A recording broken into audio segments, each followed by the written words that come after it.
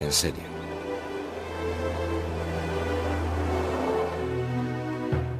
A esta mujer la mataron por espionaje, aunque quizá jamás robara un secreto. Puede que este hombre fuera el verdadero James Bond o una víctima de sus propias fantasías. Y quizá este hombre haya salvado al mundo y desaparecido sin dejar rastro. En el mundo del espionaje nada es lo que parece. Entre las sombras, el humo y los espejos, ¿se puede descubrir al mayor espía de todos los tiempos? Una calle normal, pero para el espía nada es lo que parece. Los hechos corrientes pueden tener significados ocultos. Un parasol bajado en un coche aparcado, un descuido o una señal. La información está lista. ¿Colisión accidental o maña de espía? ¿La transmisión de un mensaje secreto? Empleados de la compañía telefónica, ¿reparan las líneas o las pinchan? Y detrás de estos visillos, ¿una familia normal o un piso franco donde se oculta un exagente doble? El juego del espionaje esconde lo extraordinario detrás de lo corriente. Los participantes manejan trampas y engaños, seducción y traición. El espía debe tener tanto las cualidades de un policía como las de un reclutador. Y además capacidad de convicción para poner al oponente de su parte. En el mundo del espionaje, la verdad y la fantasía se confunden. Los hombres y mujeres que interpretan el juego mortal del engaño viven dobles vidas, caminando por la precaria línea que separa la realidad y la ilusión. ¿Quiénes son los auténticos espías? ¿Héroes desconocidos o personajes cuyas hazañas se convierten en leyenda? El mal que ha hecho esta mujer es increíble. Quizás sea la mayor espía del siglo. El veredicto del proceso por espionaje contra Margaret Sell, más conocida por Mata Hari. Así nació una leyenda. ¿Pero realmente fue una gran espía? A principios del siglo XX en París ya crecía la leyenda de Mata Hari, exótica bailarina, cortesana que seducía a los ricos y poderosos de Europa. Entre sus amantes había 2 o 3 hombres muy importantes, uno de ellos un barón alemán. No solo tenía conexiones con la élite parisina, también tenía relaciones muy influyentes en Alemania. Cuando Francia y Alemania se enzarzaron en la Primera Guerra Mundial, Mata Hari aprovechó la oportunidad para cobrarse sus poderosas conexiones y su exótica reputación. A los espías alemanes les atrajo su pasión por los uniformes. Si llamaban una vez a la puerta era el agregado alemán. Entraba y decía, sabemos que vuelve a París. Si llegara a su conocimiento información que pudiera sernos útil, cubriríamos holgadamente sus gastos. Aquí tiene 20.000 francos. Mientras el gran espía francés Georges Ladoux le ofreció 1 millón de francos por seducir al heredero del trono alemán. Georges Ladoux opinaba que Mata Hari tenía una habilidad, la seducción. Y según él, en eso consistía realmente el espionaje. Pero Mata Hari, la supuesta agente doble, era una pésima espía. Ingenua e indiscreta, fue por toda Europa metiendo la pata y llamando la atención. Hasta que los alemanes decidieron que solo servía de señuelo para apartar la atención de agentes más valiosos. Así que en Madrid, un diplomático alemán, Arnold von Kahl, se dejó seducir por ella y luego la echó a los lobos. Nunca hizo nada para ganarse sus 20.000 francos, y en realidad era un peligro porque era como una bala perdida. Así que lo que hizo von Kahl fue enviar un telegrama de Madrid a Berlín, en un código que sabía que los franceses ya habían descifrado. Estos lo interceptaron y lo descifraron, y así tuvieron información suficiente para detener a Mata Hari. En julio de 1917, Mata Hari fue acusada de espionaje en París. No había pruebas de que hubiera llegado a pasar información valiosa. El fiscal diría después, No había pruebas suficientes ni para matar una mosca. La tragedia de Mata Hari es que al final la ejecutaron no por lo que hizo, sino por su mundo de fantasía. Si en plena guerra te paseas por los dos bandos, como lo hizo Mata Hari, contando que eres espía, la gente se pone nerviosa y puede acabar creyéndote. Eso hicieron los franceses y acabaron fusilándola en el castillo de Vincennes. Mata Hari se convirtió en leyenda por intentar combinar los dos oficios más antiguos del mundo, prostitución y espionaje, y fracasó. Los espías realmente grandes deben ser mucho más sutiles. Este hombre es uno de los raros supervivientes del doble juego. Oleg Gordievsky fue agente del KGB, pero también espió para Occidente. Simplemente tenía ocasión de echarme al bolsillo documentos de alto secreto del KGB, sacarlos de sus oficinas, acudir a una reunión clandestina en otro piso alquilado y sacar fotocopias inmediatamente. Luego me tocaba devolver los papeles a su sitio. Cada vez pasaba unos nervios de espanto, porque si alguien me pillaba con estos papeles en el bolsillo, sería hombre muerto. Oleg Gordievsky es hombre de muchos disfraces. Aún hoy no puede volver a Rusia. Sigue sentenciado a muerte. Gordievsky nos adentrará en el mundo del verdadero espionaje, en un juego mortal a veces más extraño que la ficción y donde desde tiempos inmemoriales se han jugado las apuestas más altas.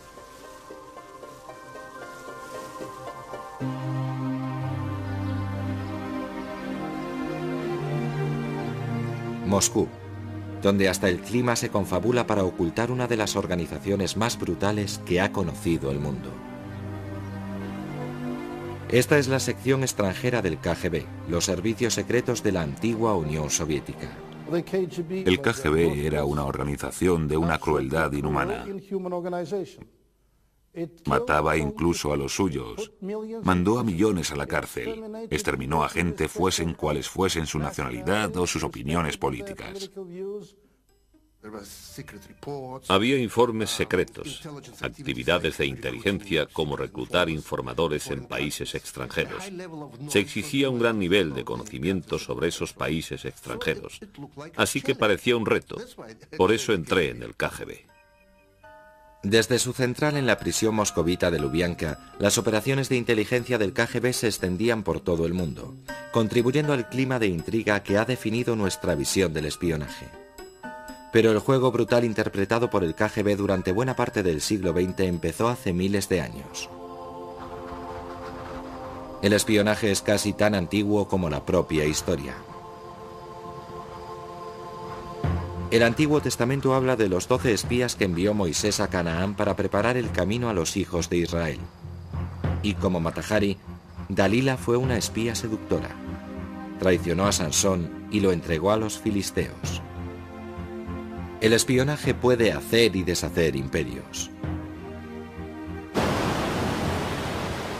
Segundo siglo antes de Cristo. En las llanuras de Anatolia, cerca del Mar Negro, un niño de 11 años aprende a convertirse en el primer gran espía de la historia. Mitrídates, heredero del trono de Ponto, estaba exiliado, desposeído por su propia madre, y tramaba su venganza. Tuvo una infancia terrible.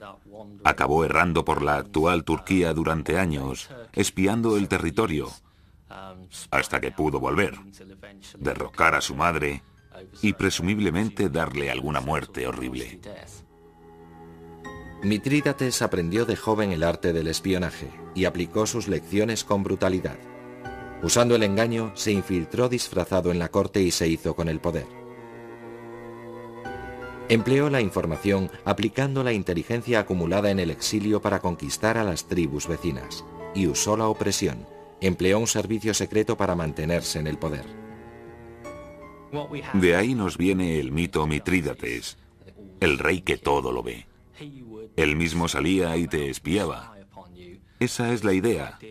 El rey que se disfraza en su palacio y salta el muro de noche, de modo que te paras a hablar con un viejo mendigo en el mercado y al día siguiente te arrastran a palacio y te decapitan porque en realidad era el propio rey. Una vez asegurada la base de su poder, Mitrídates utilizó la inteligencia militar para extender su imperio. Invadió Crimea, marchó sobre Grecia y lanzó una cruzada para expulsar a los romanos de Asia Menor.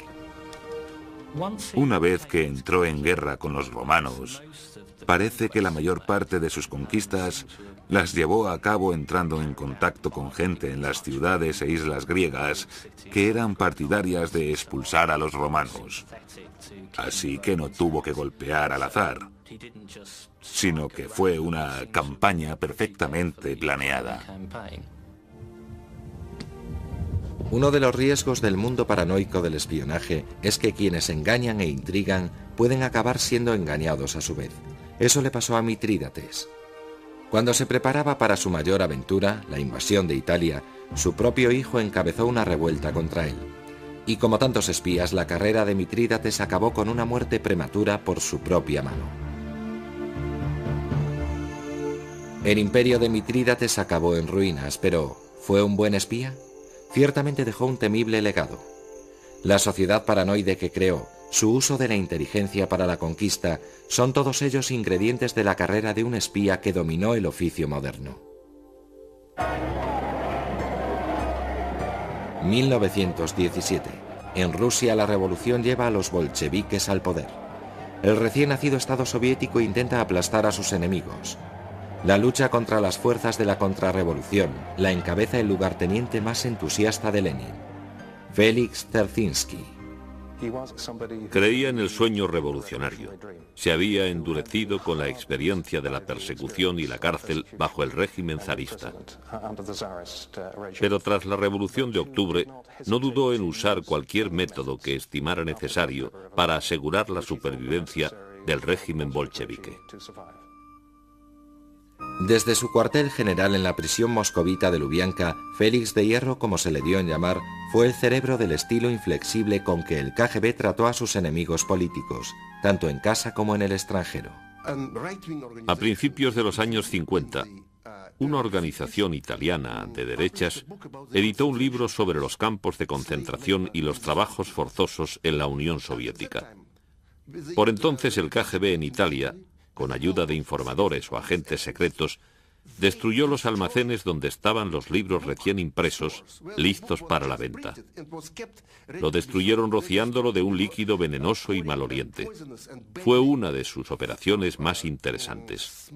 No fue muy agradable, pero el KGB nunca fue una organización agradable precisamente. Como antes hiciera Mitrídates, Félix Dzerzhinsky usó la inteligencia no solo para la opresión interna, sino también para la expansión en el exterior. El KGB se hizo experto en el reclutamiento de agentes extranjeros en favor de la causa comunista. Solo había tres métodos: la afinidad ideológica, es decir, gente dispuesta a trabajar por sus convicciones. La segunda categoría, los intereses materiales, o sea, por dinero. Y la tercera se llamaba eufemísticamente psicológica, motivos psicológicos, pues así se llamaba al chantaje, al simple chantaje. Los reclutadores del KGB se apuntaron a algunos éxitos sonados. Kim Philby, diplomático, enlace de la CIA y posible jefe de la inteligencia británica. Un comunista comprometido que huyó a la Unión Soviética en 1963. Arne Treholt, miembro prosoviético del gobierno noruego, que entregó a los rusos los secretos de la defensa antisubmarinos de la OTAN. Y Aldrich Ames, el espía del $1.000.000, un exoficial de alto rango de la CIA que pasó el resto de su vida entre rejas por traición. Era un bastardo y un cínico. Lo hizo por dinero. Entregó a mucha gente. Yo era agente británico, y además de mi caso, muchos agentes americanos fueron ejecutados por su culpa.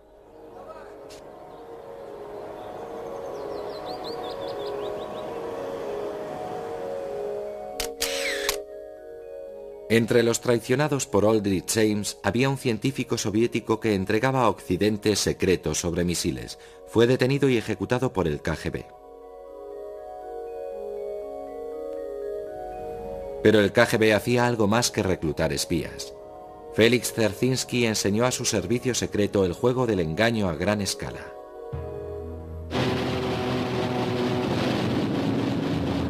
Cuando la Segunda Guerra Mundial estaba a punto de acabar, los aliados occidentales volvieron la vista hacia una nueva amenaza. La Unión Soviética pretendía extender el comunismo en Europa. Las agencias de espionaje occidentales necesitaban desesperadamente agentes para infiltrarlos en el Kremlin y descubrir los planes de Stalin. Se dirigieron a los estados bálticos, Letonia, Lituania y Estonia, donde los independentistas buscaban apoyo para luchar contra la toma de control por Moscú. Teníamos que luchar a cualquier precio para recuperar nuestra libertad. Ese era el objetivo principal. Los servicios secretos británicos, el MI6, llevaron a Londres a muchos separatistas bálticos y los entrenaron como agentes. Luego los devolvieron a la Unión Soviética para que lucharan por su causa y de paso consiguieran información para Occidente. Pero sin que los ingleses sospecharan nada, sus agentes estaban a punto de caer en una trampa. Un gran juego de engaño que supera a las más fantasiosas novelas de espionaje. El KGB se había enterado de los planes ingleses y desde su central en Riga, capital de Lituania, tejieron una compleja operación para descubrir a los espías enemigos y confundir al MI6. Una de las máximas del espionaje es que nada ni nadie es lo que aparenta. Y desde luego los contactos que los británicos encontraron y entrenaron en la costa báltica, en los que depositó su confianza el MI6, tampoco eran lo que parecían. Yo era un hombre del KGB. Mi trabajo consistía en convencer a los agentes británicos de que era un nacionalista y uno de los dirigentes de una organización nacionalista en Riga. Y lo conseguí. El KGB controlaba las radios empleadas por los agentes británicos. Los movimientos de resistencia con los que aunaron fuerzas eran frentes del KGB. En cuanto a la información que los agentes enviaban a Inglaterra, también la manipulaban a fondo oficiales del KGB disfrazados de independentistas. Cuando vivíamos en el bosque, estábamos en contacto diario con el KGB, mediante escondites. Cada día pasábamos por el buzón para enviar a Moscú un informe sobre nuestras actividades y transmitir los mensajes recibidos de Londres. A través de esos mismos escondites también recibíamos la información que teníamos que enviar al MI6. Así era como desinformábamos al gobierno británico. Teníamos allí un buzón. Después de utilizarlo, era fácil de camuflar.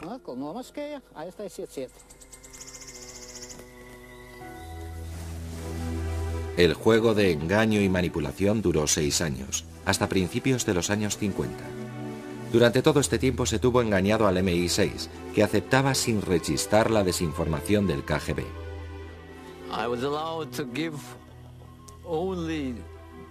Solo me permitían dar datos de baja calidad. Pura basura, no se imaginan. La operación del Báltico habría pasado inadvertida si el KGB no hubiera cargado las tintas. Entre la información basura, envió a Londres una muestra de agua, supuestamente de un río próximo a una central nuclear soviética. Era tan radioactiva que los británicos sospecharon. El MI6 cerró la operación dejando que sus agentes fueran atrapados, asesinados o encarcelados.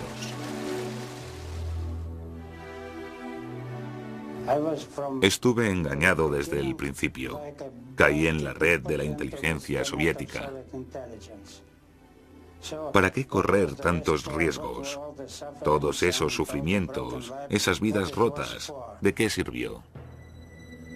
El golpe del Báltico, el juego mortal de engaño del KGB, fue producto del genio de Félix Dzerzhinsky. Y aunque ahora se haya retirado su estatua de Lubyanka, su legado perdura en la Rusia postsoviética. Su retrato sigue colgado en los despachos de los servicios de seguridad e inteligencia rusos. Y en las escuelas especiales se siguen enseñando sus hazañas. ¿Fue Félix Dzerzhinsky el mayor espía del siglo XX? ¿O corresponde ese honor a una figura del otro bando, aún más escurridiza?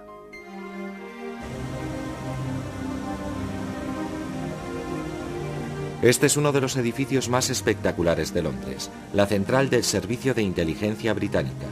El SIS, también llamado MI6, es un rascacielos fortificado que se alza a orillas del Támesis. Su fachada futurista contrasta con los humildes orígenes de la organización a comienzos del siglo XX. El espionaje inglés empezó como pasatiempo de caballeros, que hacían turismo por los puntos conflictivos del mundo, desde la frontera india hasta Europa Central, con un manual en una mano y un cuaderno secreto en la otra. Durante las vacaciones de verano, civiles patriotas, oficiales del ejército e incluso Boy Scouts, entre ellos su líder, Sir Robert Baden-Powell, iban al continente y disfrutaban buscando información útil por ahí y entregándola al Ministerio de la Guerra o al Almirantazgo a su regreso. En aquella época había más espías en las novelas populares que en la realidad. Y los pocos espías de verdad vivían vidas románticas espectaculares. El que más, Sidney Reilly, el as de los espías, que inspiró el personaje de James Bond. Sidney Reilly fue uno de los embaucadores de más éxito y uno de los espías más dotados del siglo. Cuando empezó a trabajar para la inteligencia británica no tenía un duro. Por su primera misión probablemente le pagaron su sueldo, pero eso fue todo. A su regreso tropezó con un pastor religioso casado con una mujer joven. Estaba claro que el pastor tenía algún dinerillo, y Reilly cortejó a la mujer a su regreso a Londres. Y al poco lo mató, quizá con veneno, y se casó con la viuda.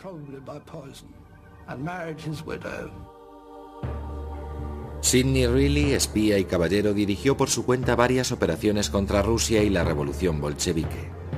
Combinaba una habilidad muy de James Bond para disfrazarse, seducir e infiltrarse con fantasías infantiles de patio de colegio.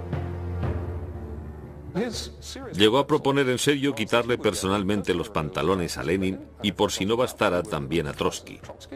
Les haría desfilar por Moscú y así acabaría con la revolución bolchevique.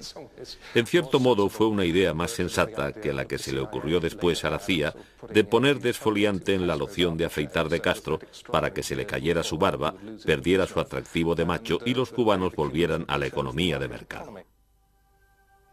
Por último, Sidney Reilly se enfrentó a Félix Dzerzhinsky.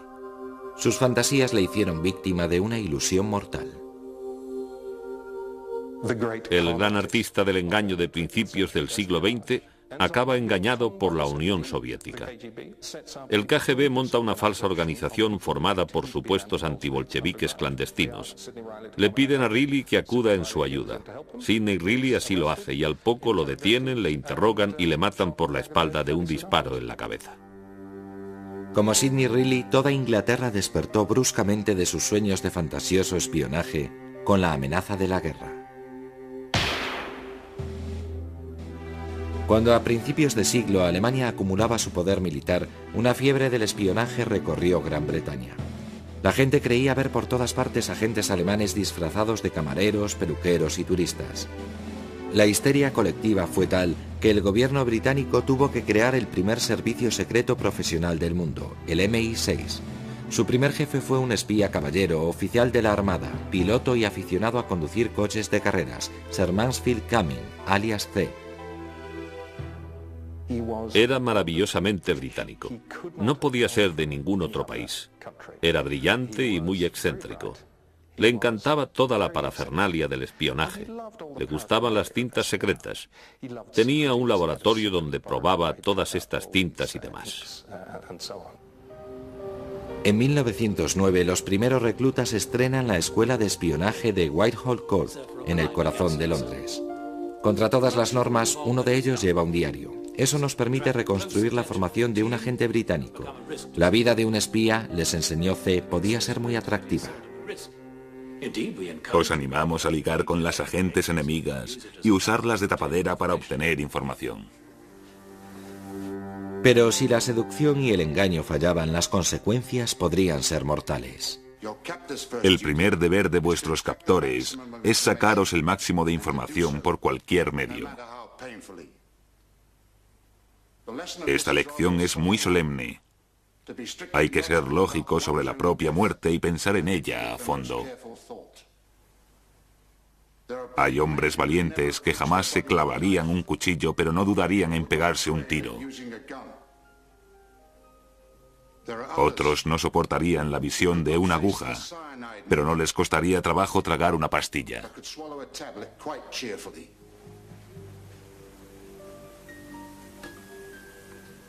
Anotaremos cuidadosamente cuál de estos medios preferís llevar encima y vuestra promesa de usarlo en las circunstancias adecuadas.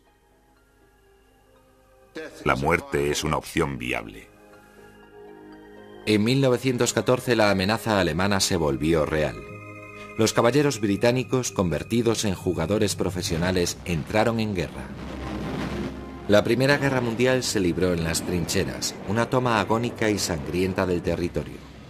Para los comandantes aliados, la información sobre la posición de las fuerzas alemanas resultaba vital. La inteligencia británica se prestó voluntaria. Mejoramos en la decodificación, los interrogatorios a prisioneros de guerra y también en lo que se daría en llamar inteligencia de imágenes, las que obtienes sobrevolando a las fuerzas enemigas, aunque por entonces no podíamos adentrarnos mucho tras sus líneas. Y a la larga, hacia el final de la guerra, también teníamos una red de espionaje que cubría toda la zona ocupada del norte de Francia y Bélgica. La Dame Blanche, la Dama Blanca. La Dama Blanca fue creación de uno de los agentes más brillantes de C, el capitán Harry Landau, que supervisó las labores de vigilancia de las tropas alemanas en su avance en tren hacia el frente. Sus agentes se organizaban por células, unidades independientes que tenían un nombre en código individual, y los agentes que se desperdigaron por Francia y Bélgica fueron los que menos llamaban la atención en tiempos de guerra: mujeres jóvenes. Estaban obligadas a alojar a oficiales alemanes y no se perdían palabra del enemigo. Un día me dijeron que podía sumarme a ellas. Y recuerdo que mi madre me dio a leer un papel con la promesa de no contárselo a nadie. Aguantar lo que fuera antes que traicionar a la causa. Estábamos todas decididas a morir antes que traicionar a la causa.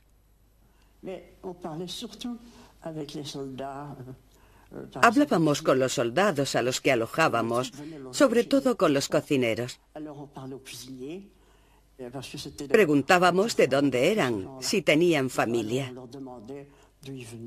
Al cabo de un par de días nos lo contaban todo.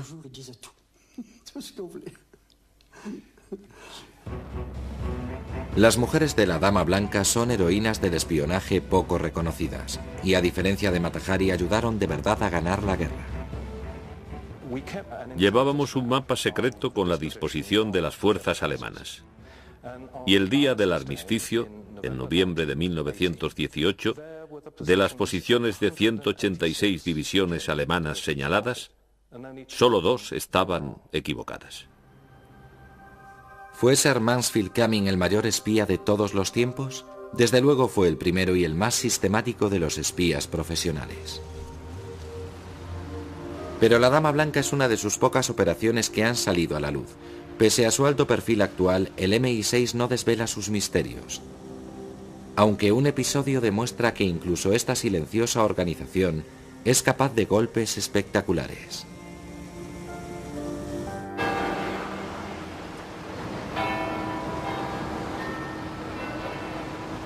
La historia empieza en 1974 en Dinamarca. En un club deportivo de Copenhague, un agente británico con el nombre en clave de Michael estableció contacto con una nueva fuente de información vital. El oficial del KGB, Oleg Gordievsky, había tomado una decisión que podía costarle la vida: traicionar a la Unión Soviética.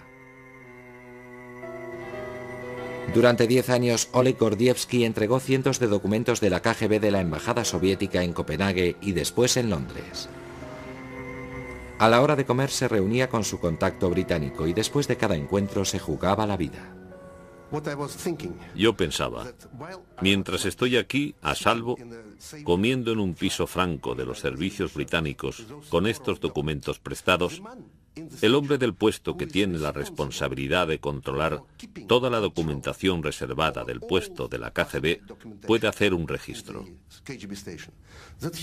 Era un oficial joven y tenía autoridad para hacer un registro en todos los despachos de los funcionarios, incluidas sus mesas y sus cajas fuertes. Y se habría dado cuenta de que en ese momento faltaban 12 documentos. Entonces no tendría más que esperar a que alguien regresara con ellos y volviera a dejarlos en la caja fuerte. Así que eso es lo que me esperaba cada vez, sí. ¿Dormía usted por las noches? Muy mal, sigo usando somníferos. En 1985 la pesadilla de Oleg Gordievsky se hizo realidad. De pronto le ordenaron que regresara a Moscú. Un espía soviético infiltrado en la CIA, Aldrich James, había contado a sus jefes del KGB que había un agente doble. Gordievsky era el primer sospechoso. En el caso del señor Gordievsky, sabía que el SIS tenía una buena fuente, especialmente buena, así que até cabos, y eso nos permitió identificar quién era. De día, a Oleg Gordievsky le drogaban e interrogaban en la central del KGB. De noche esperaba en casa bajo vigilancia a que los británicos montaran una gran operación de rescate por la frontera con Finlandia. Durante esa época, esos días de mi huida, no podía creérmelo. Me estaba sucediendo y aún así me parecía vivir una película. Tenía que ir a una esquina del centro de Moscú y esperar allí 5 minutos bajo una farola, con una bolsa de plástico en la mano, y unos días después, en un punto concreto de la carretera entre Leningrado, ahora San Petersburgo, y la frontera finesa, me recogerían 2 coches británicos a las 2 en punto. Así que el viernes burlé la vigilancia y tomé un tren a Leningrado. A la mañana siguiente, con gran alivio, encontré el sitio, porque no lo había visto en mi vida, y maté el tiempo hasta las 2 en punto de la tarde. Los 2 coches ingleses llegaron con solo 20 minutos de retraso. Salté a uno de ellos y me escondí. El coche se detuvo 5 veces y cada vez pasé pánico. Pero por fin salimos del territorio soviético y el colega británico se puso a cantar Finlandia de Sibelius para mí y enseguida me di cuenta de qué significaba. Oleg Gordievsky es uno de los pocos supervivientes del doble juego de la muerte entre el este y occidente. Pero su derecho a la fama no obedece solo a su osadía, sino también a la importancia de su contribución. Fue la información pasada por Gordievsky la que ayudó a Margaret Thatcher a establecer relaciones amistosas con Mikhail Gorbachev en 1985. Pero el juego del espionaje es un juego de espejos donde un farol se cubre con otro farol. Y hay algo llamativo en la historia de Gordievsky. Cuando tras su huida llegó a América para que lo interrogara la CIA, su interrogador fue el mismo hombre que lo había traicionado, Aldrich James. La persona de la CIA que tenía delante cuando lo conocí era el hombre más encantador de todos, con pinta de buena persona, que te miraba a los ojos y parecía tan simpático, cuando probablemente estaba pensando de mí: hijo de perra, ¿por qué no estarás muerto? ¿Por qué no te has muerto cuando te entregué?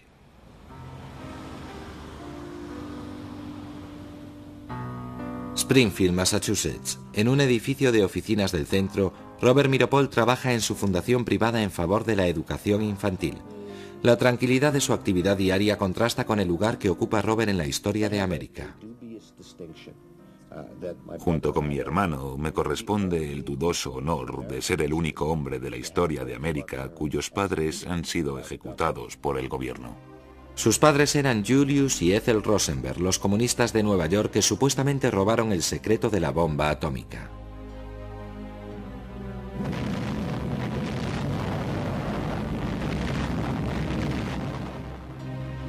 El bombardeo de Hiroshima y Nagasaki puso fin a la Segunda Guerra Mundial y al mismo tiempo convirtió a Estados Unidos en la primera potencia militar del planeta. Entonces, en 1949, ocurrió lo inimaginable. Los rusos hicieron estallar una bomba. El hecho de que ambos bandos tuvieran armas atómicas convirtió la Guerra Fría en un periodo de tensión como no lo había habido en 30.000 años. Estados Unidos consideró alarmante el aumento del poder y la influencia soviéticos. La paranoia sobre la infiltración comunista suscitó una pregunta crítica. ¿Quién había entregado a los rusos el secreto de la bomba atómica? Las investigaciones se centraron en Nuevo México y los laboratorios secretos de Los Álamos, donde se diseñara la bomba. Pero el primer progreso procedió del otro lado del Atlántico. El MI5 descubrió los primeros indicios de una red de espionaje al detener a un espía comunista y antiguo científico del Proyecto Manhattan, Klaus Fuchs. Fue reclutado nuevamente por la inteligencia soviética en Nueva York. Le dijeron que fuera a un punto del East Side de Nueva York llevando una pelota de tenis en la mano y que buscara a alguien, un correo soviético, que llevaría un par de guantes puestos y otro en la mano. Así fue como estableció contacto. Harry Gold confesó ser un correo y condujo al FBI hasta David Greenglass, que había trabajado en Los Álamos, y Ruth, su mujer. Los Greenglass a su vez condujeron al FBI a la hermana y cuñado de él, Ethel y Julius Rosenberg. El caso del gobierno contra mis padres fue sencillo.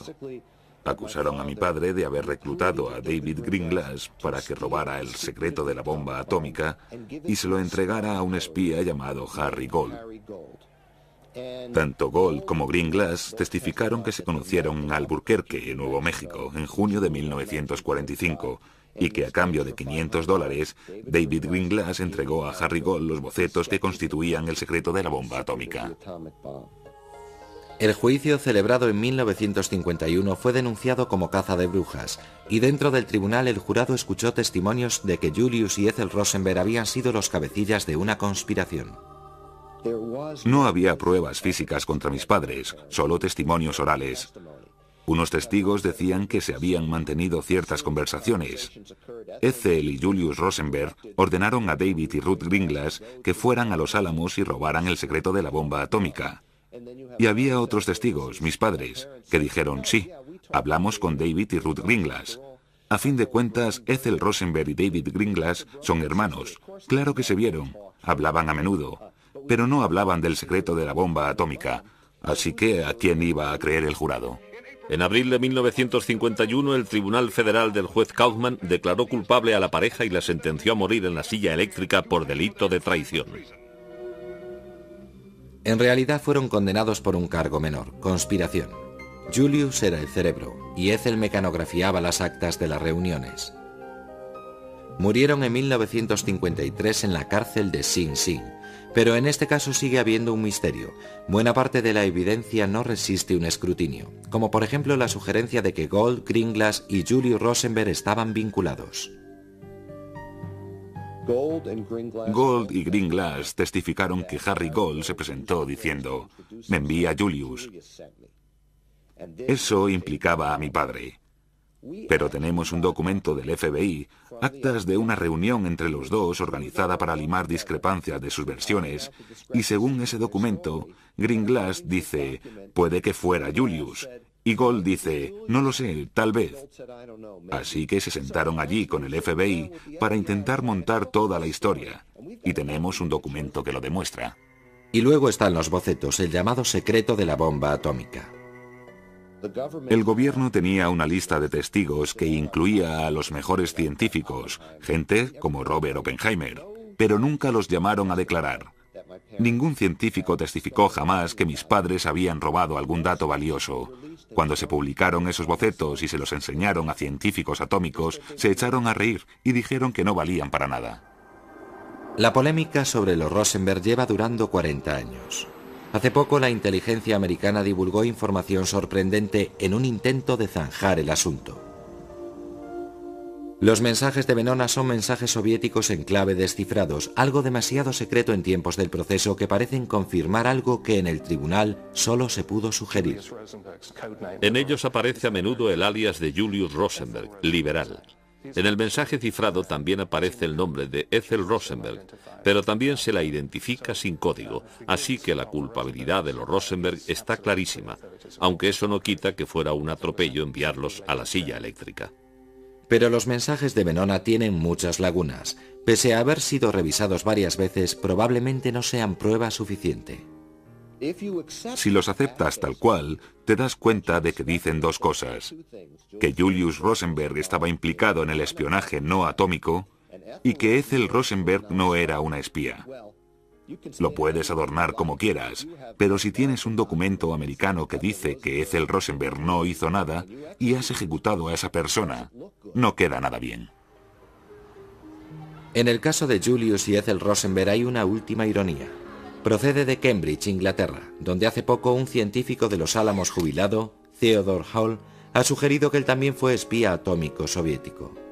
En una declaración muy interesante, dijo que llegó a hablar con sus jefes del KGB de confesar para salvar las vidas de Julius y Ethel Rosenberg. Pero ellos dijeron, no. La importancia de los Rosenberg quizás se deba al misterio que les rodea. ¿De verdad tuvieron entre manos el mayor secreto del siglo XX? ¿Y de verdad murieron por él?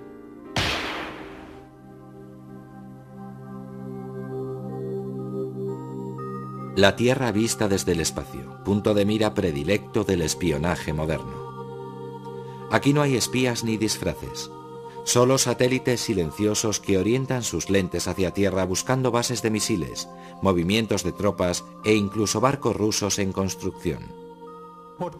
Por ejemplo, pueden ver que hay un Volkswagen Escarabajo aparcado junto a un Volkswagen Passat. Se puede ver la diferencia que hay entre los dos. Para eso se emplean sensores ópticos visuales, pero también puedes recurrir a otros medios, como el espectro electromagnético, por ejemplo, y medir el calor que sale de los edificios o el calor que genera el vertido de agua caliente en lagos y ríos procedente de una vasija nuclear. Hay satélites que observan, satélites que vigilan y otros que transmiten datos informáticos y conversaciones telefónicas. Y todos ellos se pueden pinchar. Los espías modernos son técnicos, científicos informáticos, ingenieros de telecomunicaciones y decodificadores que trabajan en bases desde donde los platos de radar peinan los cielos, espiando las llamadas confidenciales. Se llama SIGINT, inteligencia de señales. La inteligencia de señales empezó en la Guerra Civil Americana. La Unión tenía muchas líneas de telégrafos, miles de kilómetros, pero los confederados tenían muchas menos, aunque pinchaban a menudo las líneas.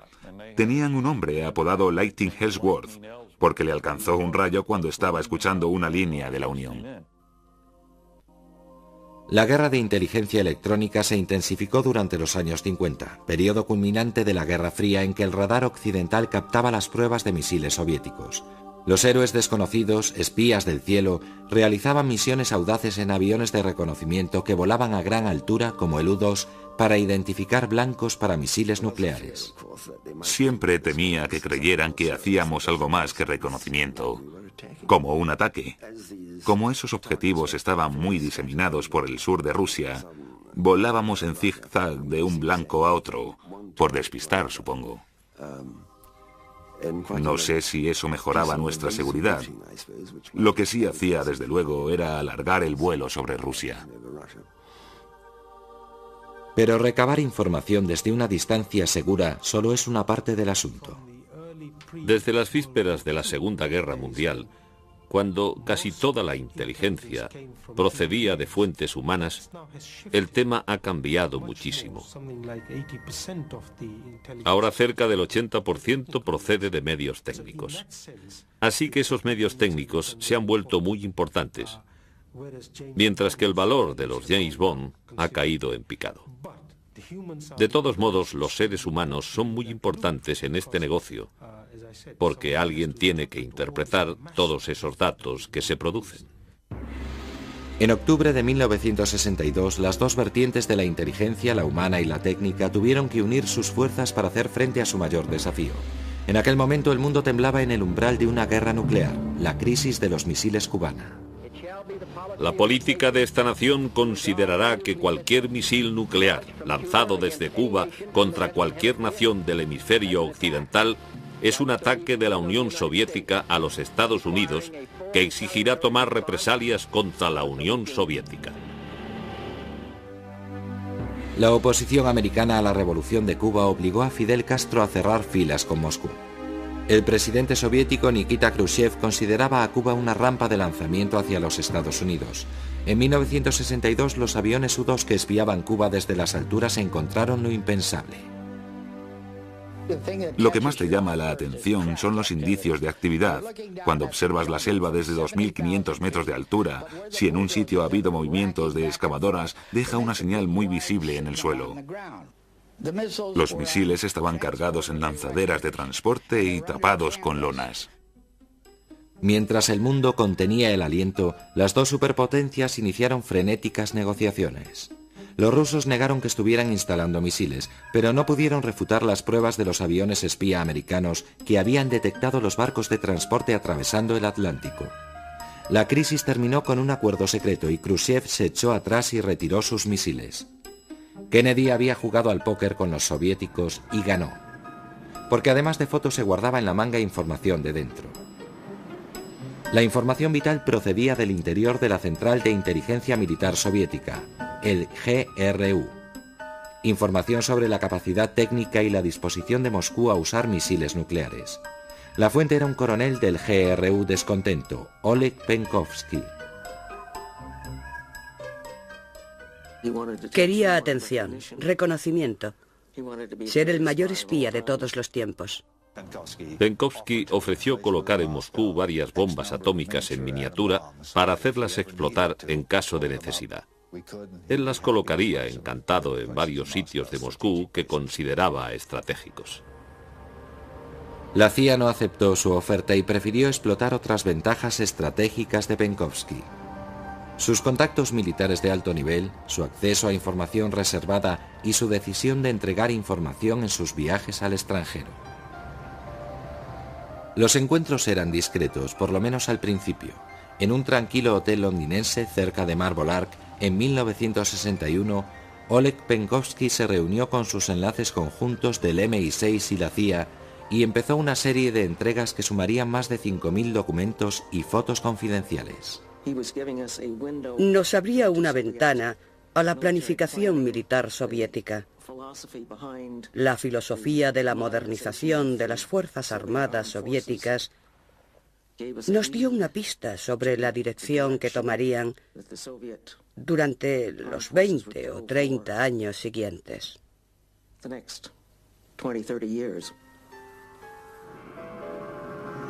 Pero la carrera de agente doble de Penkovsky sería breve.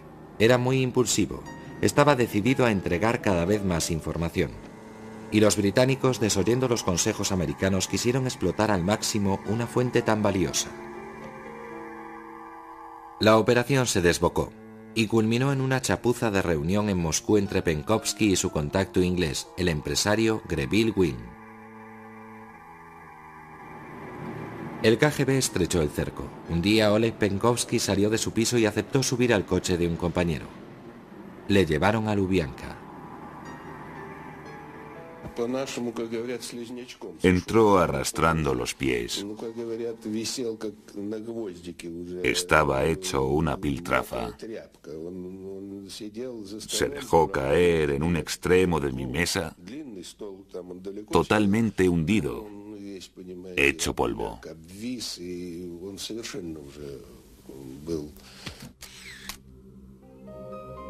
Penkovsky Oleg Vladimirovich.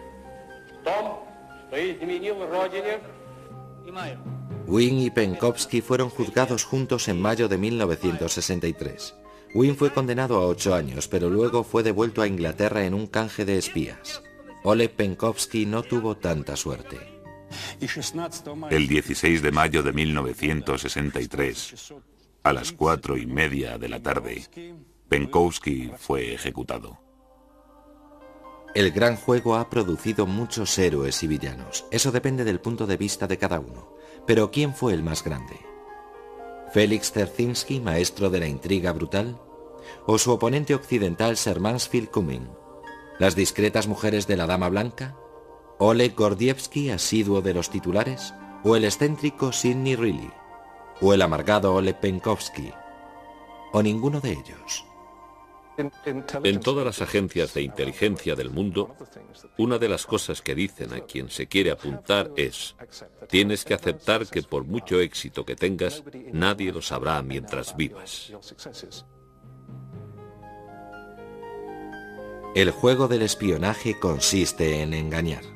Quizá el mejor espía, tanto hombre como mujer, fuera tan bueno que no hayamos reparado en él.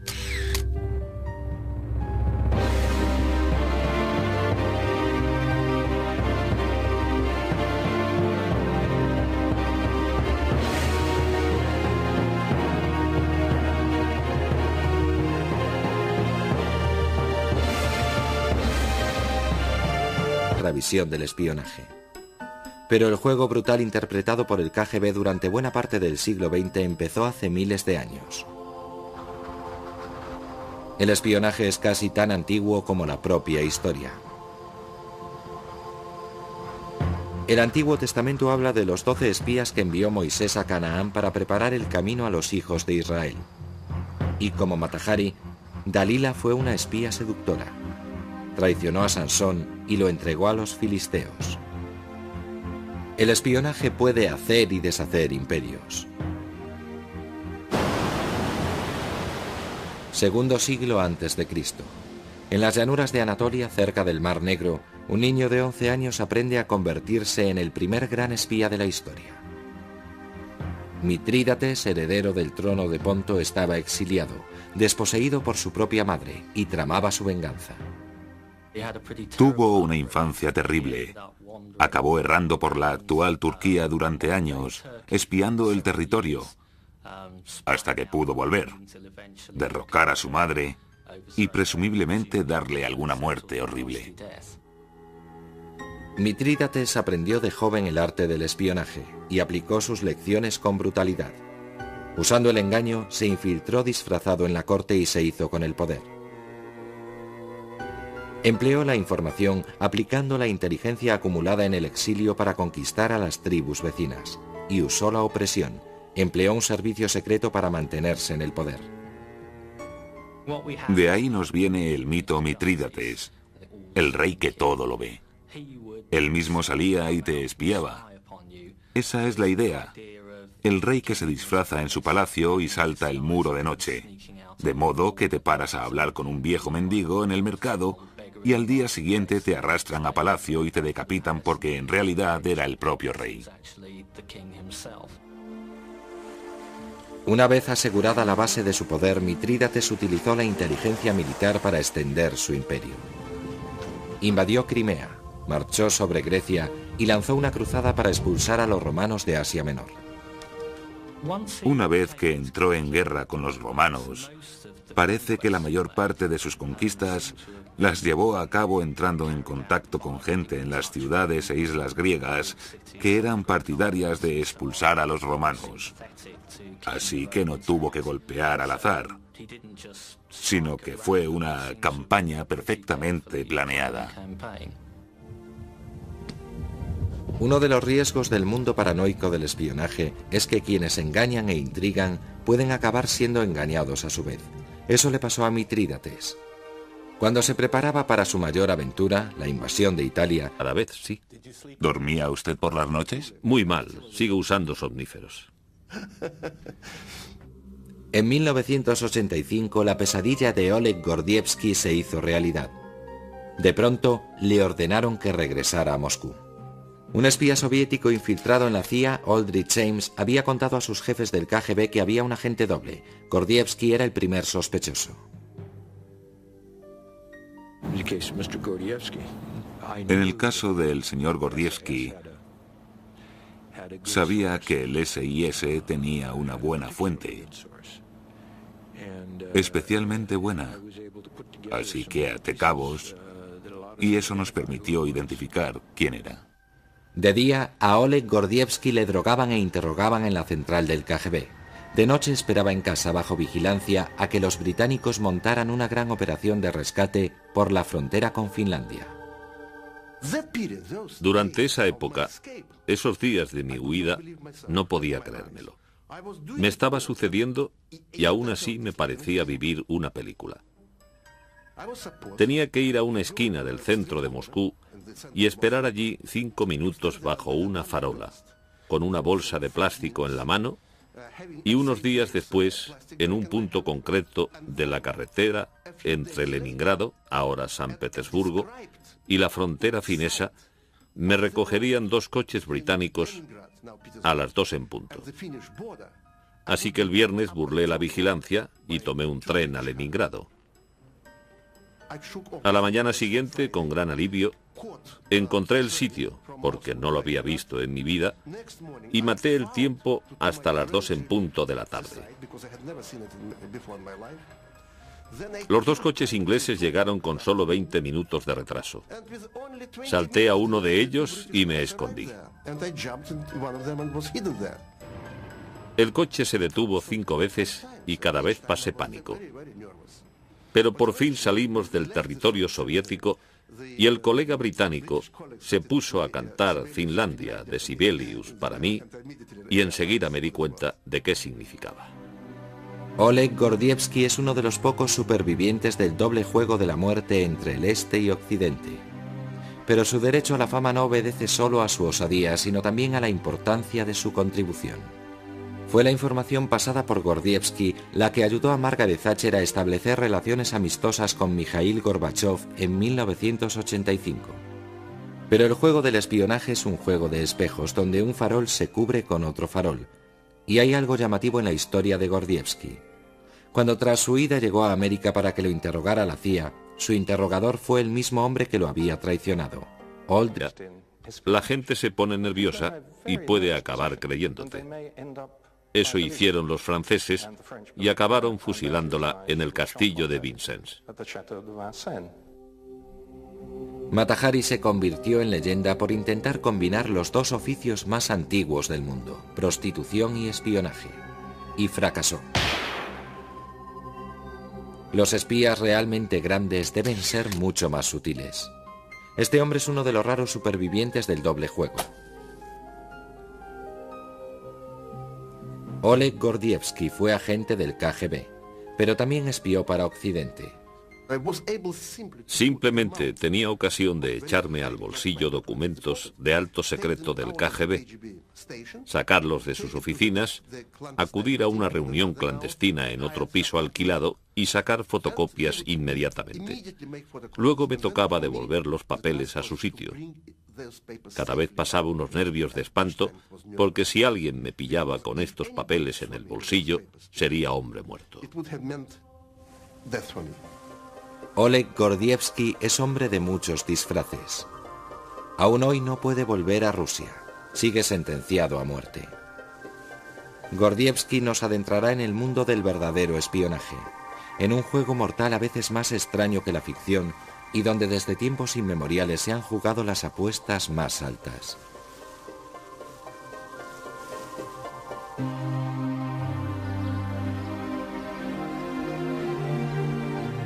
Moscú, donde hasta el clima se confabula para ocultar una de las organizaciones más brutales que ha conocido el mundo. Esta es la sección extranjera del KGB, los servicios secretos de la antigua Unión Soviética. El KGB era una organización de una crueldad inhumana. Mataba incluso a los suyos, mandó a millones a la cárcel, exterminó a gente fuesen cuales fuesen su nacionalidad o sus opiniones políticas. Había informes secretos, actividades de inteligencia como reclutar informadores en países extranjeros. Se exigía un gran nivel de conocimiento sobre esos países extranjeros, así que parecía un reto. Por eso entré en el KGB. Desde su central en la prisión moscovita de Lubyanka, las operaciones de inteligencia del KGB se extendían por todo el mundo, contribuyendo al clima de intriga que ha definido nuestra visión del espionaje. Pero el juego brutal interpretado por el KGB durante buena parte del siglo XX empezó hace miles de años. El espionaje es casi tan antiguo como la propia historia. El Antiguo Testamento habla de los 12 espías que envió Moisés a las 2 en punto. Así que el viernes burlé la vigilancia y tomé un tren a Leningrado. A la mañana siguiente, con gran alivio, encontré el sitio, porque no lo había visto en mi vida, y maté el tiempo hasta las 2 en punto de la tarde. Los 2 coches ingleses llegaron con solo 20 minutos de retraso. Salté a uno de ellos y me escondí. El coche se detuvo 5 veces y cada vez pasé pánico. Pero por fin salimos del territorio soviético y el colega británico se puso a cantar Finlandia de Sibelius para mí y enseguida me di cuenta de qué significaba. Oleg Gordievsky es uno de los pocos supervivientes del doble juego de la muerte entre el Este y Occidente. Pero su derecho a la fama no obedece solo a su osadía, sino también a la importancia de su contribución. Fue la información pasada por Gordievsky la que ayudó a Margaret Thatcher a establecer relaciones amistosas con Mikhail Gorbachev en 1985. Pero el juego del espionaje es un juego de espejos donde un farol se cubre con otro farol. Y hay algo llamativo en la historia de Gordievsky. Cuando tras su huida llegó a América para que lo interrogara la CIA, su interrogador fue el mismo hombre que lo había traicionado, Aldrich Ames. La persona de la CIA que tenía delante cuando lo conocí era el hombre más encantador de todos, con pinta de buena persona, que te miraba a los ojos y parecía tan simpático, cuando probablemente estaba pensando de mí: hijo de perra, ¿por qué no estarás muerto? ¿Por qué no te has muerto cuando te entregué?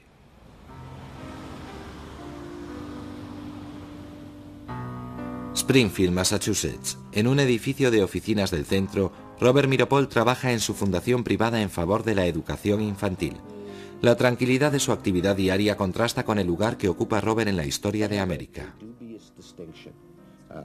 Junto con mi hermano, me corresponde el dudoso honor de ser el único hombre de la historia de América cuyos padres han sido ejecutados por el gobierno. Sus padres eran Julius y Ethel Rosenberg, los comunistas de Nueva York que supuestamente robaron el secreto de la bomba atómica.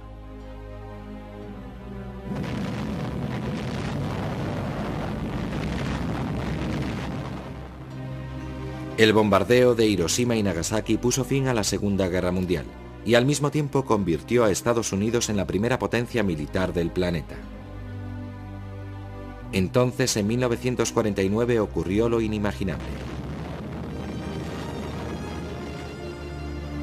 Los rusos hicieron estallar una bomba. El hecho de que ambos bandos tuvieran algo y que a cambio de $500, David Greenglass entregó a Harry Gold los bocetos que constituían el secreto de la bomba atómica. El juicio, celebrado en 1951, fue denunciado como caza de brujas, y dentro del tribunal el jurado escuchó testimonios de que Julius y Ethel Rosenberg habían sido los cabecillas de una conspiración. No había pruebas físicas contra mis padres, solo testimonios orales. Unos testigos decían que se habían mantenido ciertas conversaciones. Ethel y Julius Rosenberg ordenaron a David y Ruth Greenglass que fueran a Los Álamos y robaran el secreto de la bomba atómica. Y había otros testigos, mis padres, que dijeron sí, hablamos con David y Ruth Greenglass. A fin de cuentas, Ethel Rosenberg y David Greenglass son hermanos. Claro que se vieron, hablaban a menudo, pero no hablaban del secreto de la bomba atómica.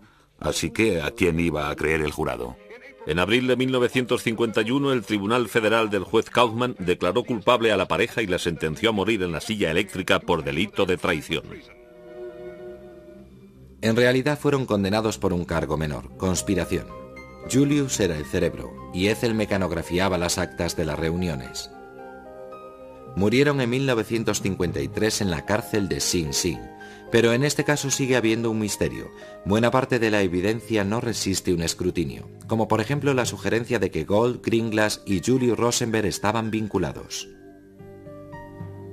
Gold y Greenglass testificaron que Harry Gold se presentó diciendo: «Me envía Julius». Eso implicaba a mi padre. Pero tenemos un documento del FBI, actas de una reunión entre los dos organizada para limar discrepancias de sus versiones, y según ese documento, Greenglass dice: «Puede que fuera Julius», y Gold dice: «No lo sé, tal vez». Así que se sentaron allí con el FBI para intentar montar toda la historia, y tenemos un documento que lo demuestra. Y luego están los bocetos, el llamado secreto de la bomba atómica. El gobierno tenía una lista de testigos que incluía a los mejores científicos, gente como Robert Oppenheimer, pero nunca los llamaron a declarar. Ningún científico testificó jamás que mis padres habían robado algún dato valioso. Cuando se publicaron esos bocetos y se los enseñaron a científicos atómicos, se echaron a reír y dijeron que no valían para nada. La polémica sobre los Rosenberg lleva durando 40 años. Hace poco la inteligencia americana divulgó información sorprendente en un intento de zanjar el asunto. Los mensajes de Venona son mensajes soviéticos en clave descifrados, algo demasiado secreto en tiempos del proceso que parecen confirmar algo que en el tribunal solo se pudo sugerir. En ellos aparece a menudo el alias de Julius Rosenberg, liberal. Y James había contado a sus jefes del KGB que había un agente doble. Gordievsky era el primer sospechoso. En el caso del señor Gordievsky, sabía que el SIS tenía una buena fuente, especialmente buena, así que até cabos, y eso nos permitió identificar quién era. De día, a Oleg Gordievsky le drogaban e interrogaban en la central del KGB. De noche esperaba en casa bajo vigilancia a que los británicos montaran una gran operación de rescate por la frontera con Finlandia. Durante esa época, esos días de mi huida, no podía creérmelo. Me estaba sucediendo y aún así me parecía vivir una película. Tenía que ir a una esquina del centro de Moscú y esperar allí 5 minutos bajo una farola, con una bolsa de plástico en la mano, y unos días después, en un punto concreto de la carretera entre Leningrado, ahora San Petersburgo, y la frontera finesa, me recogerían 2 coches británicos a las 2 en punto.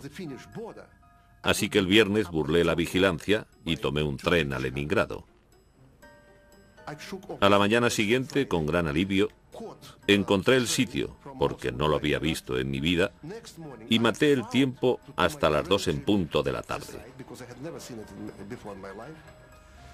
Los 2 coches ingleses llegaron con solo 20 minutos de retraso. Salté a uno de ellos y me escondí. El coche se detuvo 5 veces y cada vez pasé pánico. Pero por fin salimos del territorio soviético y el colega británico se puso a cantar Finlandia de Sibelius para mí y enseguida me di cuenta de qué significaba. Oleg Gordievsky es uno de los pocos supervivientes del doble juego de la muerte entre el Este y Occidente. Pero su derecho a la fama no obedece solo a su osadía, sino también a la importancia de su contribución. Fue la información pasada por Gordievsky la que ayudó a Margaret Thatcher a establecer relaciones amistosas con Mikhail Gorbachev en 1985. Pero el juego del espionaje es un juego de espejos donde un farol se cubre con otro farol. Y hay algo llamativo en la historia de Gordievsky. Cuando tras su huida llegó a América para que lo interrogara la CIA, su interrogador fue el mismo hombre que lo había traicionado, Aldrich James. La persona de la CIA que tenía delante cuando lo conocí era el hombre más encantador de todos, con pinta de buena persona, que te miraba a los ojos y parecía tan simpático, cuando probablemente estaba pensando de mí, mientras que el valor de los James Bond ha caído en picado. De todos modos, los seres humanos son muy importantes en este negocio, porque alguien tiene que interpretar todos esos datos que se producen. En octubre de 1962, las dos vertientes de la inteligencia, la humana y la técnica, tuvieron que unir sus fuerzas para hacer frente a su mayor desafío. En aquel momento el mundo temblaba en el umbral de una guerra nuclear, la crisis de los misiles cubana. La política de esta nación considerará que cualquier misil nuclear lanzado desde Cuba contra cualquier nación del hemisferio occidental es un ataque de la Unión Soviética a los Estados Unidos que exigirá tomar represalias contra la Unión Soviética. La oposición americana a la revolución de Cuba obligó a Fidel Castro a cerrar filas con Moscú. El presidente soviético Nikita Khrushchev consideraba a Cuba una rampa de lanzamiento hacia los Estados Unidos.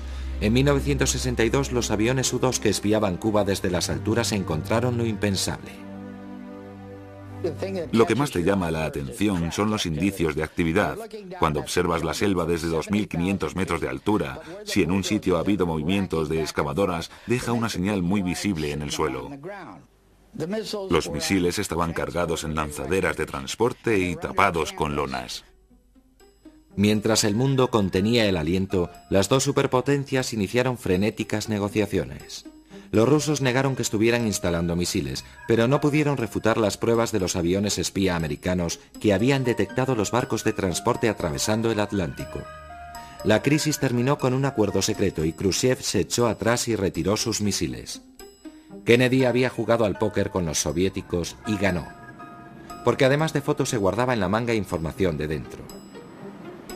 La información vital procedía del interior de la Central de Inteligencia Militar Soviética, el GRU. Información sobre la capacidad técnica y la disposición de Moscú a usar misiles nucleares. La fuente era un coronel del GRU descontento, Oleg Penkovsky. Quería atención, reconocimiento, ser el mayor espía de todos los tiempos. Penkovsky ofreció colocar en Moscú varias bombas atómicas en miniatura para hacerlas explotar en caso de necesidad. Él las colocaría encantado en varios sitios de Moscú que consideraba estratégicos. La CIA no aceptó su oferta y prefirió explotar otras ventajas estratégicas de Penkovsky. Sus contactos militares de alto nivel, su acceso a información reservada y su decisión de entregar información en sus viajes al extranjero. Los encuentros eran discretos, por lo menos al principio, en un tranquilo hotel londinense cerca de Mar Amigo.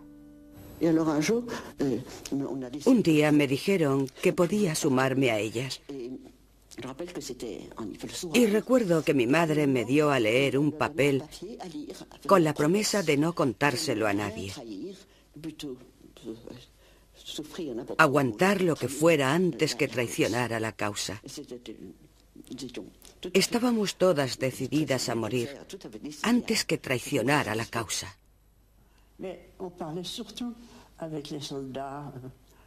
Hablábamos con los soldados a los que alojábamos, sobre todo con los cocineros.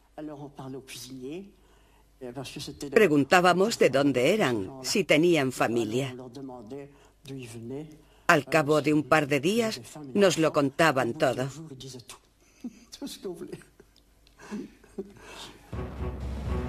Las mujeres de la Dama Blanca son heroínas del espionaje poco reconocidas y, a diferencia de Mata Hari, ayudaron de verdad a ganar la guerra.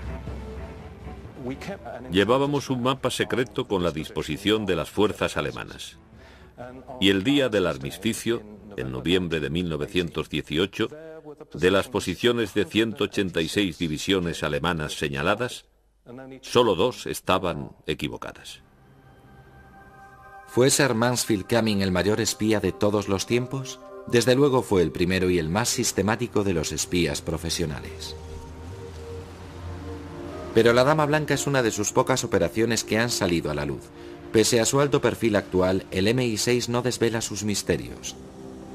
Aunque un episodio demuestra que incluso esta silenciosa organización es capaz de golpes espectaculares.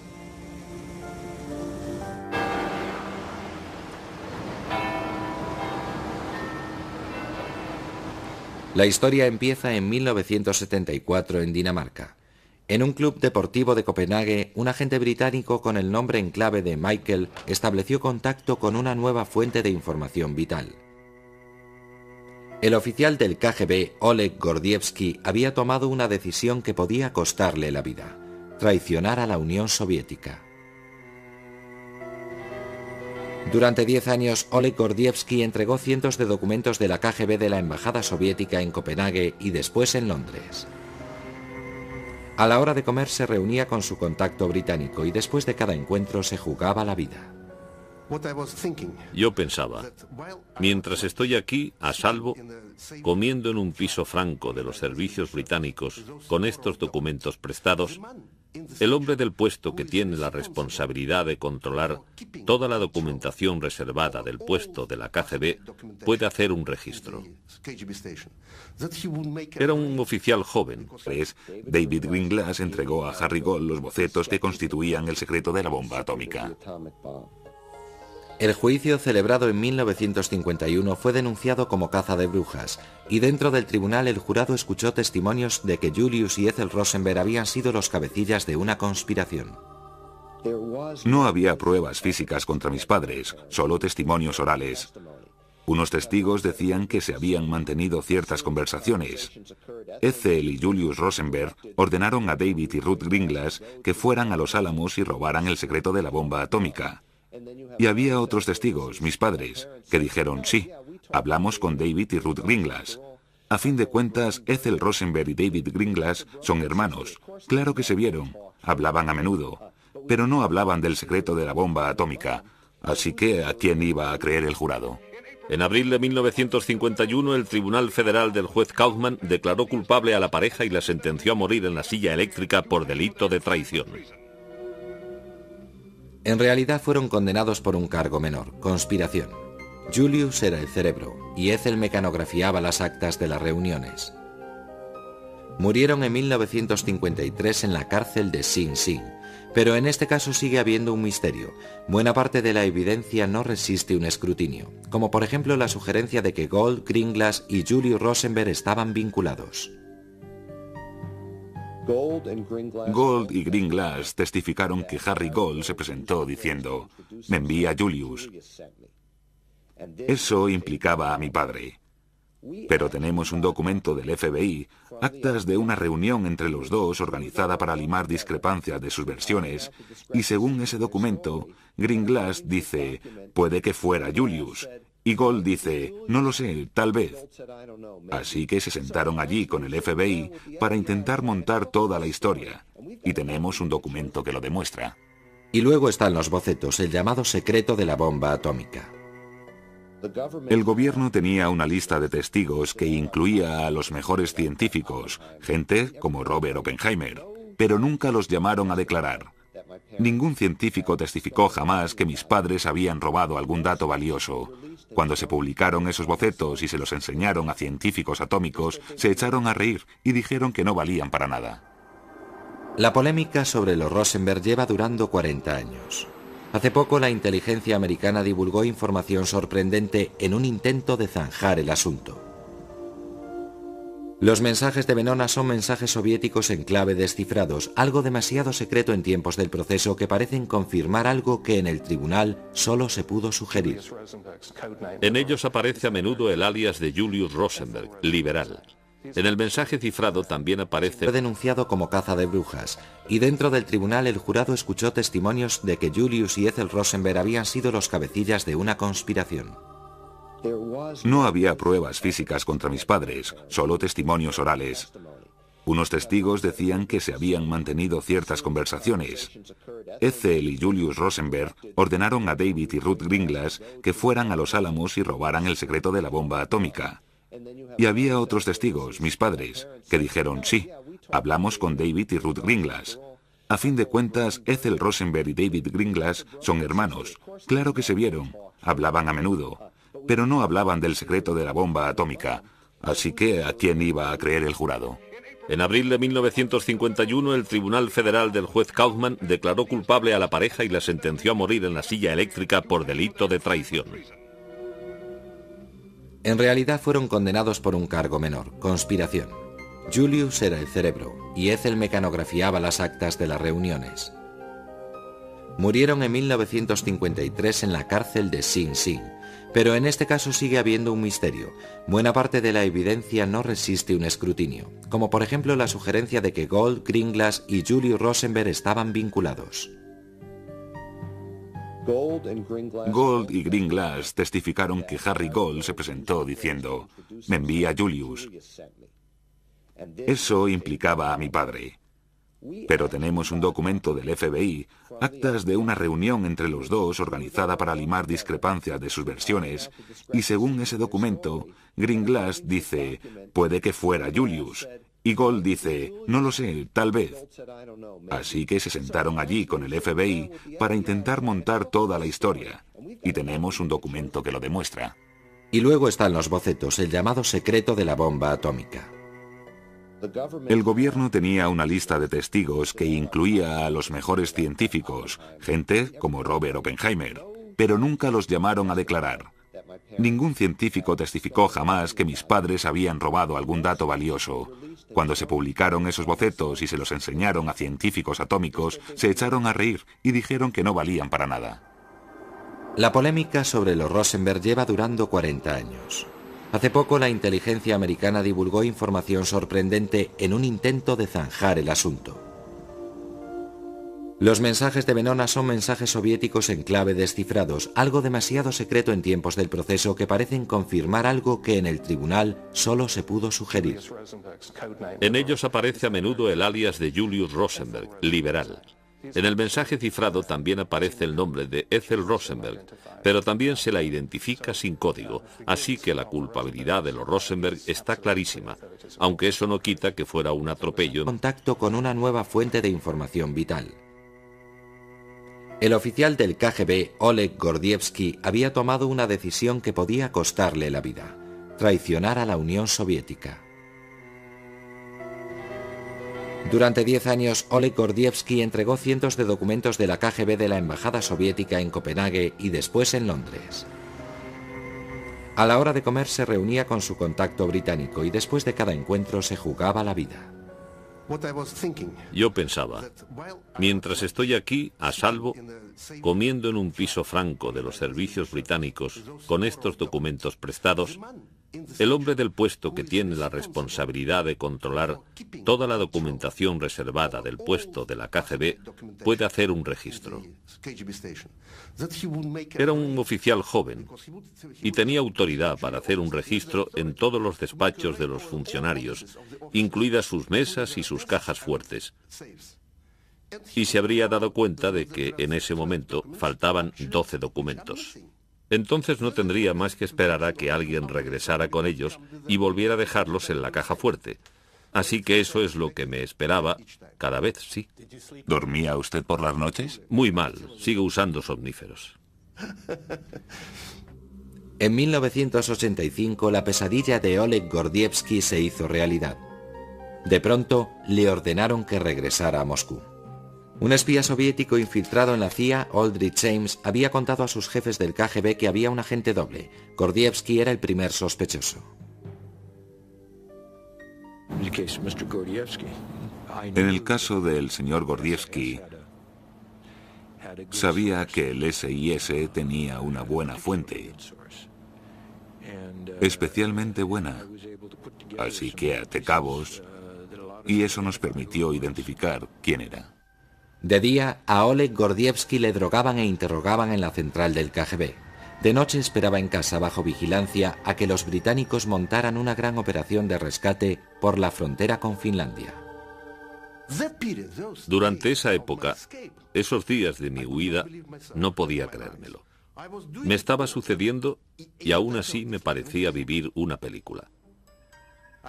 Tenía que ir a una esquina del centro de Moscú y esperar allí 5 minutos bajo una farola, con una bolsa de plástico en la mano, y unos días después, en un punto concreto de la carretera entre Leningrado, ahora San Petersburgo, y la frontera finesa, me recogerían 2 coches británicos a las 2 en punto.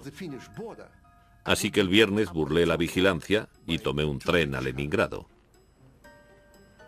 A la mañana siguiente, con gran alivio, Presumiblemente darle alguna muerte horrible. Mitrídates aprendió de joven el arte del espionaje y aplicó sus lecciones con brutalidad. Usando el engaño, se infiltró disfrazado en la corte y se hizo con el poder. Empleó la información aplicando la inteligencia acumulada en el exilio para conquistar a las tribus vecinas, y usó la opresión. Empleó un servicio secreto para mantenerse en el poder. De ahí nos viene el mito Mitrídates, el rey que todo lo ve. Él mismo salía y te espiaba. Esa es la idea. El rey que se disfraza en su palacio y salta el muro de noche. De modo que te paras a hablar con un viejo mendigo en el mercado y al día siguiente te arrastran a palacio y te decapitan porque en realidad era el propio rey.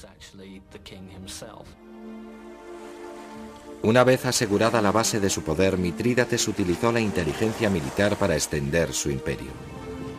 Invadió Crimea, marchó sobre Grecia y lanzó una cruzada para expulsar a los romanos de Asia Menor. Una vez que entró en guerra con los romanos, parece que la mayor parte de sus conquistas las llevó a cabo entrando en contacto con gente en las ciudades e islas griegas que eran partidarias de expulsar a los romanos. Así que no tuvo que golpear al azar, sino que fue una campaña perfectamente planeada. Uno de los riesgos del mundo paranoico del espionaje es que quienes engañan e intrigan pueden acabar siendo engañados a su vez. Eso le pasó a Mitrídates. Cuando se preparaba para su mayor aventura, la invasión de Italia, su propio hijo encabezó una revuelta contra él. Y como tantos espías, la carrera de Mitrídates acabó con una muerte prematura por su propia mano. El imperio de Mitrídates acabó en ruinas, pero ¿fue un buen espía? Ciertamente dejó un temible legado. La sociedad paranoide que creó, su uso de la inteligencia para la conquista, son todos ellos ingredientes de la carrera de un espía que dominó el oficio moderno. 1917. En Rusia la revolución lleva a los bolcheviques al poder. El recién nacido Estado soviético intenta aplastar a sus enemigos. La lucha contra las fuerzas de la contrarrevolución la encabeza el lugarteniente más entusiasta de Lenin, Félix Dzerzhinsky. Creía en el sueño revolucionario. Se había endurecido con la experiencia de la persecución y la cárcel bajo el régimen zarista. Pero tras la Revolución de Octubre, no dudó en usar cualquier método que estimara necesario para asegurar la supervivencia del régimen bolchevique.